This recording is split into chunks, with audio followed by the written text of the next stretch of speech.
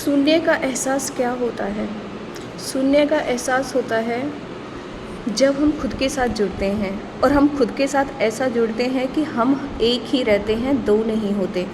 कई बार आपने देखा होगा कि कुछ चीज़ों की बक-बक हमारे दिमाग में चलती रहती है, और क्वेश्चन भी पूछने वाला हमारा दिमाग होता है और उनके आंसर देने वाला भी हमारा दिमाग होता है।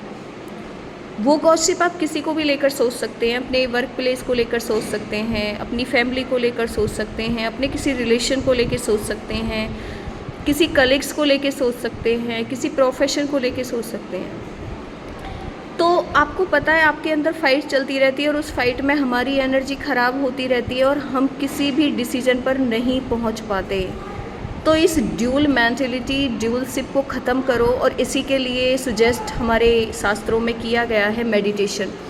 मेडिटेशन हमें सिखाता है कि किस तरह से हमें अपनी एनर्जी को ड्रेन नहीं करना है गलत चीज़ों में, क्योंकि वहाँ पर जैसे कहते हैं ना, विलन भी हम ही होते हैं और हीरो भी हम ही होते हैं। तो जब विलन और हीरो एक ही है तो कैसे डिसाइड होगा कि विलन कौन सा है और हीरो कौन सा है? और कई बार ऐसा होता है कि हम कंफर्ट जोन को ही चुनते हैं, यानी कि हम अपने अंदर के विलन को जिता देते हैं। सोच लेते हैं कि कोई बात नहीं, नहीं होगा तो कोई दिक्कत नहीं। एक तो ये होता है कि भाई कोई चीज़ नहीं हो रही है तो हम उसे एक्सेप्ट करके कहेंगे कि कोई बात नहीं, अब नहीं हुआ तो आगे करेंगे, लेकिन एफर्ट कंटिन्यू लगाए रखेंगे। लेकिन कई बार चीज़ों को ना हम छोड़ कर ही बैठ जाते हैं कि कोई नहीं, नहीं हुआ तो क्या होगा। तो उस टाइम आपके अंदर का ना विलन जीत जाता है। आपको ऐसा नहीं करना है। अगर आपको नहीं समझ आ रहा है क्या करूं, और आपके अंदर दो चीज़ें कंटिन्यू एक दूसरे से क्वेश्चनिंग करनी है, तो आपको क्या करना है कि स्टॉप लगाना है। बस अपनी सांसों पे ध्यान करके बैठ जाओ। हालांकि ये चीज़ें ना आपको लगता होगा क्या है, सब कह रहे हैं सांसों पे, पर करके तो देखो यार। अब तुमने किसी वीडियो में खाना बनता हुआ देख लिया तो पेट थोड़ा ना भर जाएगा जब तक खाना तुम खुद नहीं बनाओगे। बस तुम्हें नॉलेज मिल सकती है, लेकिन करना तो खुद ही पड़ेगा ना। उसका टेस्ट तभी ले सकते हो आप।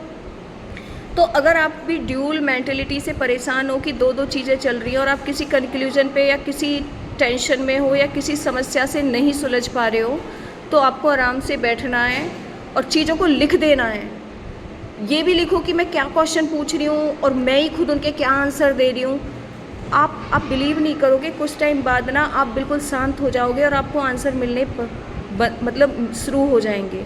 कहते हैं ना, शांत पानी में ही कुछ चीज़ें हमें समझ में आती हैं और मिलती हैं।